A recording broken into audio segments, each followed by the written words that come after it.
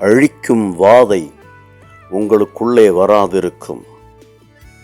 அன்பான தேவ பிள்ளைகளே, வாதை உன் கூடாரத்தை அணுகாது, பொல்லாப்பு உனக்கு நேரிடாது என்று வாக்கு பண்ணின கர்த்தர் இஸ்ரவேல் ஜனங்களை எகிப்தின் அடிமைத்தனத்திலிருந்து மீட்கும் பொருளாக சங்கார தூதனை கடைசி வாதையாக எகிப்தியருக்குள்ளே அனுப்பினார்.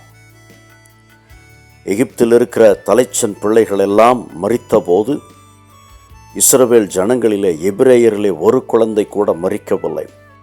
ஒரு வீட்டையும் அந்த சங்கார தூதன் தொடவில்லை. அதற்காக கர்த்தர் அளித்த வாக்குத்தத்தம் தான் அழிக்கும் வாதை உங்களுக்குள்ளே வராதிருக்கும் என்று. அன்பான தேவ பிள்ளையே, இன்றைக்கும் கர்த்தர் உங்களுக்கு அதே வார்த்தையை சொல்லுகிறார். அழிக்கும் வாதை உங்களுக்குள்ளே வராதிருக்கும். கலங்காதீர்கள், திடன் கொள்ளுங்கள். ஆமேன்.